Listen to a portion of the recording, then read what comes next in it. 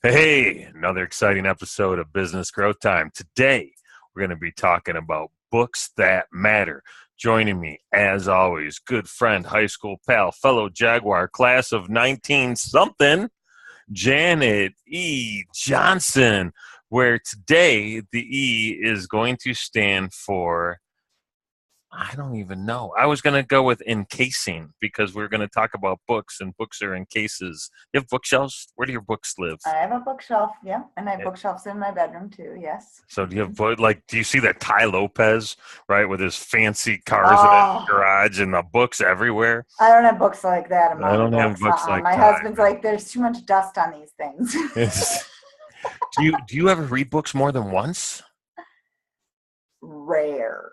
I've read a couple, but rare. Yeah, very, very rare. So obviously that's our I can't think of any word either now. I'm a little bit dense on that relates to books. What's that? An E word? Exciting. Books can be exciting. There you go. But we've used that before, I'm sure. Enthralling. How about enthralling? There you go. We can be enthralled. We'll talk about the enthralling books. Yes. The books that have enthralled us. Mm-hmm. Yes. Or entertained, but I'm sure we've used that too. Yeah. So, obviously we're going to try and keep it to a little bit of a business perspective, but if we can kind of look at it from a holistic piece, that would be fantastic, right? So books, I take different pieces of information from different types of books. I don't read fiction generally, with the exception of Dan Brown. I read Dan Brown and occasionally Dean Koontz, but that's it. Like if Dan Brown came out with a new book, I would be lost in Dan Brown's book until it was over. But the rest of it, business and metaphysical, or self-help or spiritual, and that's about it. So me too. I think when we're in the world we are in business-wise, that's kind of what we. I feel like, okay, I can't read a fiction book. I'm just wasting my time. I need to, Right. How am I learning anything from this? Exactly. I did read, maybe I shouldn't admit to this. Oh, I like that. My friend made me read the 50 Shades. Yes. All three of them? There were 4, and I actually didn't finish the 4th, but I did all. Yeah. My friend made me read all 3 of these. She's like, you've got to read these. But I did afterwards kind of feel like it was really a waste of my time. Really? And my eyes were popped open going, oh my gosh. Here's the $100 question. Was your husband happy you were reading those books? Because sometimes that seems to work out really well for the fellow. So I've heard. I have not read the books. All right, my wife has never read the subject. All right, fair enough. Ernie wants to know. I'm asking on Ernie's behalf. This isn't for me. I don't care. Ernie cares. So what was the first business book you read? Do you remember? I believe it was Think and Grow Rich. And you asked at the beginning of this if there's any books you've read more than once, and that's the one that stands out. I know I've read more than once and read lots of, pieces of it more than once. So that's one.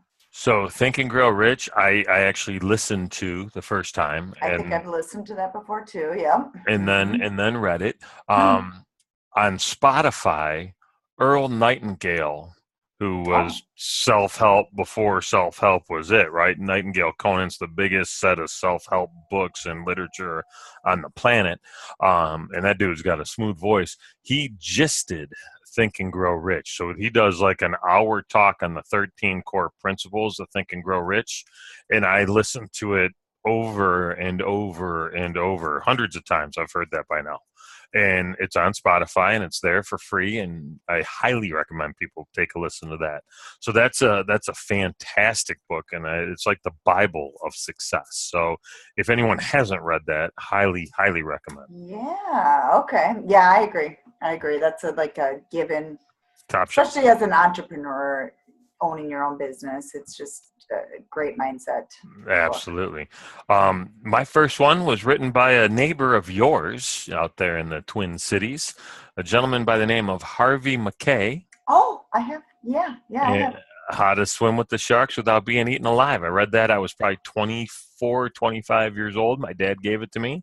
And that was, as I recall, as I recall. That was the first business book I ever read. Didn't you meet Harvey Really? Mackay at one point? Yes, I was going to say, but it was a different book about the job, getting your foot in the door or something about a job. Okay. And he signed it, and then we got our picture together. Yes, I saw him speak in Minneapolis at one point. That's so cool. That was a great book. And I think he was a big inspiration to one of my favorite business authors, Bob Burg, who we've had on this show. Bob's written Endless Referrals and The Go-Giver and my personal favorite, Winning Without Intimidation. All really excellent books, especially from a communications and open-hearted kind of communications spirit. Bob's just a heck of a good guy. So, business books. Yep. So, what's the last business book you've read? Well, I actually was working on the book Money that we were just talking about, but I got to a point where I couldn't, it wasn't excited to pick it up. And that, I think he's got better books. Tony Robbins. I was going to say, we were just talking about that, but Ernie Tony doesn't Robbins, know who yeah, that I want to tell, yeah. So it's Tony Robbins.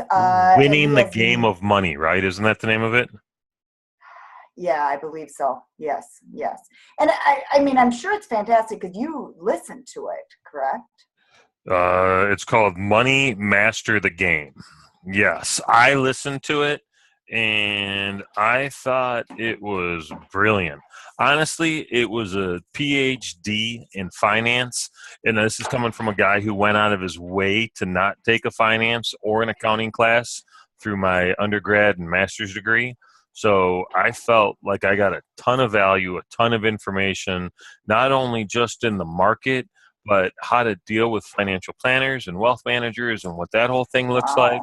And just really about the velocity of money and just it was really, really good investing and when to hold them and when to fold them. So maybe you suggest that I should listen to that one. Well, you're rich. You don't care. It doesn't even matter to you. Yeah, all your money. You don't need to read that book. Yeah. So no, it just kind of got deep and lost me a little bit, but I haven't picked it up again and maybe will. So so I'm in the same process with the book. I'm reading the last book that I was reading, and it hasn't been for a minute.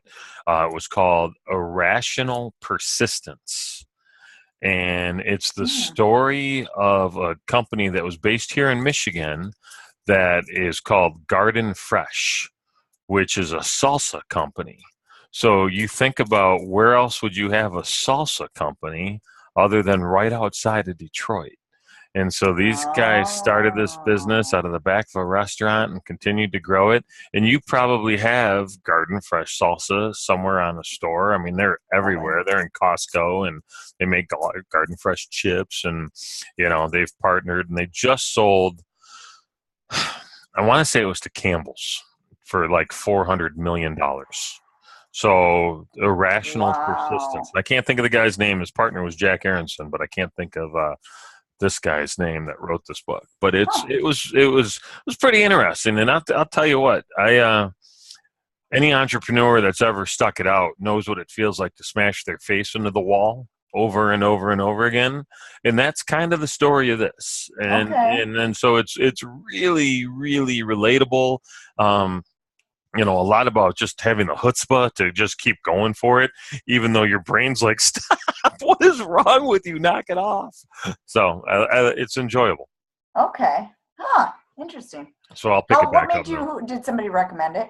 Somebody handed it to me. I went to a conference last year, and the guy, one of the speakers at the conference at Fuel Detroit was this gentleman. And so he, the number one secret to having a New York Times best-selling book, you want to know what it is? It's buy a shit ton of your books and then give them away. So any author that has a bunch of dough that wants to write a book, they just buy 8,000 of them. Suddenly you're a New York Times best-selling author. And then you find new and improved ways to get rid of them as often as possible. Got it. So there were 1,200 people in the audience, and 1,200 books are given out that day. Oh, so yeah, that's a good way to do it. It's a great way to do it if you can get away with it. And usually you have to buy it, so. That's what I'm saying. It's Yeah. you get all of them and then you win. So New York Times bestselling author because you were able to buy the most books. Good job. Yep, perfect. Congratulations. Exactly. Well, let me throw out a question to you. Top 3 books on your bookshelf. Richard Bach, Illusions. You have it memorized. I have to look at my bookshelf. Okay, go ahead. Probably, I don't know. It's either that one or Way of the Peaceful Warrior by Dan Millman.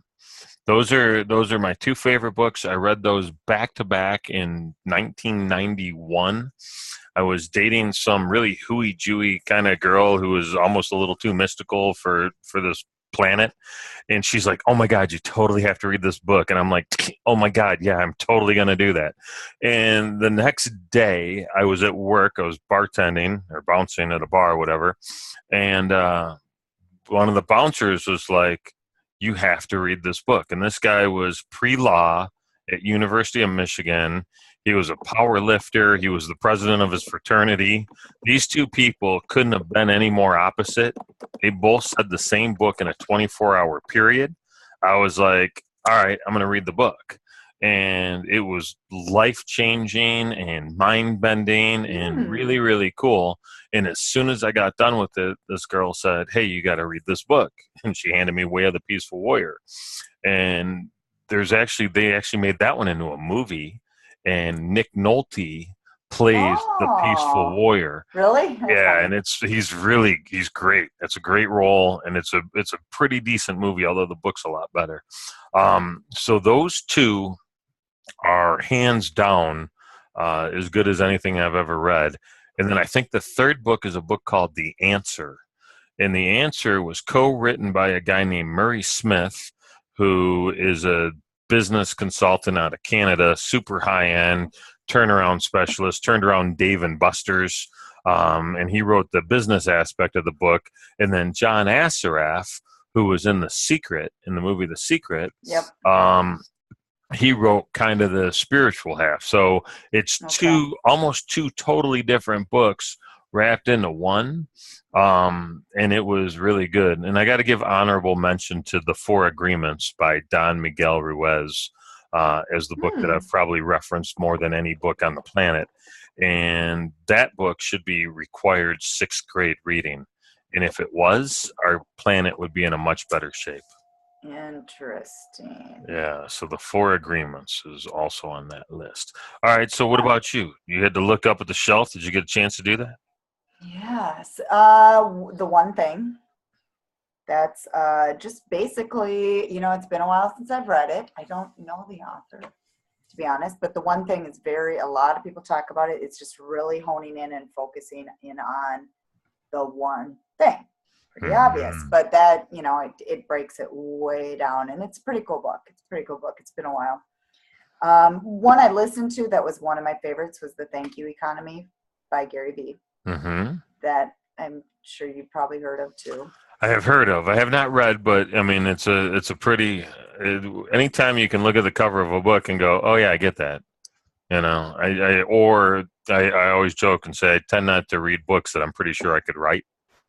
And, got it. And that one's. Yeah, that is probably that one was very. I actually preferred that one and Crush It over the Jab, Jab, Jab, Right Hook.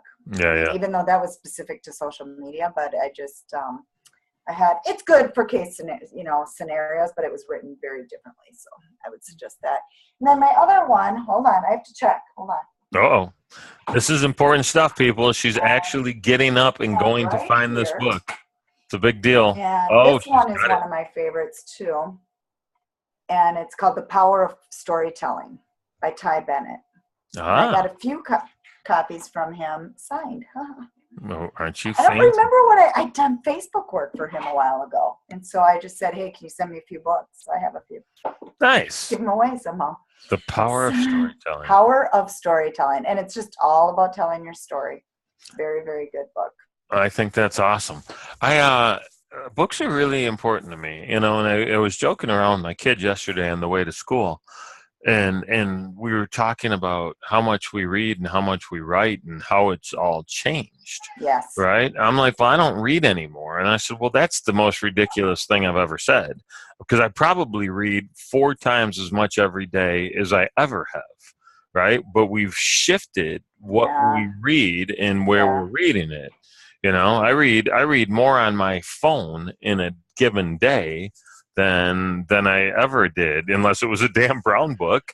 I mean, Well, you got it's to think we're constant. constantly reading emails, we're constantly reading texts, we're constantly reading on Facebook. But do I sit down and it's one of the things I've been trying to strive for lately and thinking hard about, is that I would like to just take 20 minutes at the end of the day and turn off the TV. Don't look at the phone. It's actually bad to look at the blue screen before bed, but we do it, Mm-hmm. and just turn into that book. So it just, at that time of day, you're pretty tired. And, in what we do, if you work online or in any where you're sitting in front of a computer a lot, you're reading and learning all day long. So to go to bed and you have that relaxation mode to do a learning book again that you have to think is difficult to do. So So why that's, not time shift that, and instead of it being the last thing you do, have it be the first thing you do? I do more mindset type things in the morning, but yeah, I just, that would be tough, but it could. Some people do that, and if Or lunch? they Why, can do that, could you just carve out 20 minutes at 1 o'clock in the afternoon? I'd rather work out for that, but that's me. Yeah, right. So you I'm, know, but I agree with you. I think there's, everybody says, you can crank out books after book after book, and if you just read 10 pages a day. it's pretty true, right? Yeah. And anytime I've ever actually sat down and said, all right, I'm going to finish this book, even if it was ridiculously long, it was like 3 weeks. It doesn't take that long. And it's funny because I used to be the guy that would be reading 3 books at a time, but it was, again, it was back before everybody had email and I had it on my phone and it was 24/7, long before social media. Yeah. So Um, I love I, this. This is I, distracted BGT at this its is finest. very, very interesting. I know. Okay, real quick, and just we're gonna do 10 minutes. She's ready, so we're Oh, gonna need to do a new link. So we better finish this one up. uh, But anyway, you got to be kidding me. Okay. it might have been our times wrong. So we are book. What book do you want to buy? What book do I want to buy? Is there one that you've heard about lately? And then we'll finish this up. So it's funny because I have an Amazon card and I was talking to somebody not too long ago about a book. Let me see if I actually have it. One okay. book that I highly recommend is a book called Are You Up for the Challenge? And it's written by a guy named Rod Hairston. And Rod worked directly with Tony Robbins for a number of years. And it was that book was great. It really narrowed down some things and just talk about mindset. Your mindset coach would love Rod Hairston. Rod It would be Hairston. somebody you want to get into. Um, so that might be one, but I already own that, so I probably wouldn't read that again. There was a book that Rod actually recommended called Three Magic Words. Okay.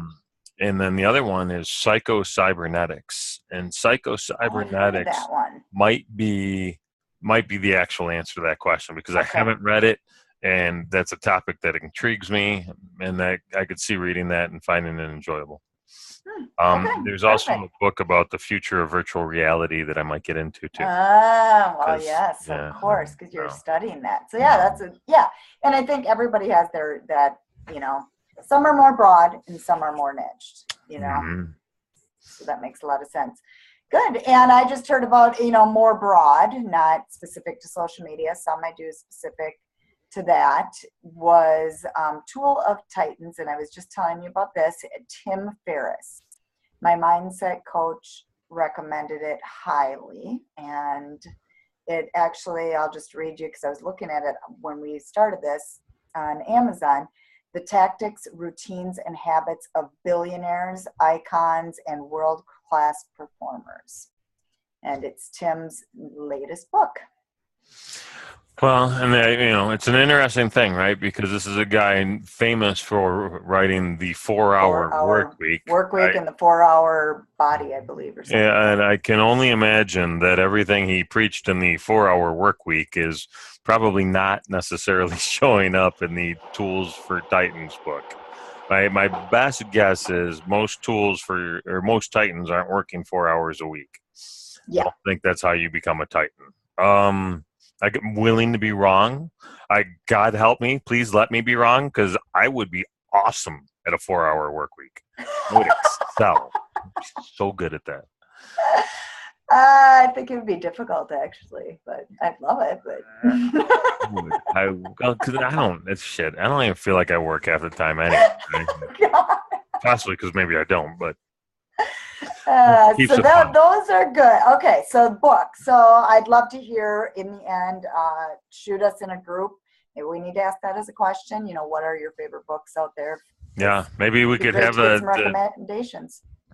It's too bad we don't have a day that starts with B, because we could have like Book Booze Day or Book Burrs Day, but that's not really something that works. All right. Yeah, we'll figure it out. All right. So if you want to join our author, author. Name an author who, if they came out with a book, you would go get it. Ooh, that's a toughie. Man. Tony Robbins possibly would be one. The last book I couldn't get as into, but he would be one that would. He would be one. I really like the information Gladwell shares. So Tipping Point's really good. Outliers. I don't think I ever read Blink, but though he's got a really interesting way of storytelling. You talked about storytelling, and just hardcore information that's really usable, and he makes it so relatable. So what about writing a book? Where are you ever thinking about maybe doing that? Yeah, it still would be the same, and I still have thought about timing on that. It's probably coming sooner than later. It needs to happen, but just trying to get through all these different crazy changes, and coaching is over in 2 weeks, so there's lots of things going on. So I think so. It will happen. I'm not stressed about it, but I've got to put a deadline at some point on it. Mm-hmm. It's not a top priority, but it is within the next 6 months. So, nice. Yes. Nice. And I got permission from all my clients and everything, to put their scenarios in the book and everything. So it will be. Ooh, juicy. I like it. I believe in real world examples. So. Mm-hmm. I believe in making up examples on the fly. God. Well, with that, you can find our group at businessgrowthtime.xyz. It's on Facebook. And then you can subscribe to our podcast, and we would love a review if you like what you heard. Maybe not today, but maybe a different day. Just kidding. Nobody heard this anyway. We're not even worried about that. Yeah. So anyway, that's businessgrowthtime.com/iTunes. And then you can always find our past episodes. We have a lot of them. I believe this will be show number 79. So we're getting close to that 100 mark here. Ooh. So yeah, that's you can find all those at businessgrowthtime/podcast. Very fancy. Very fancy. Well, as always, truly a pleasure to be with you, Janet E. Johnson. And we'll look forward to seeing you and the rest of you very, very soon. Be good.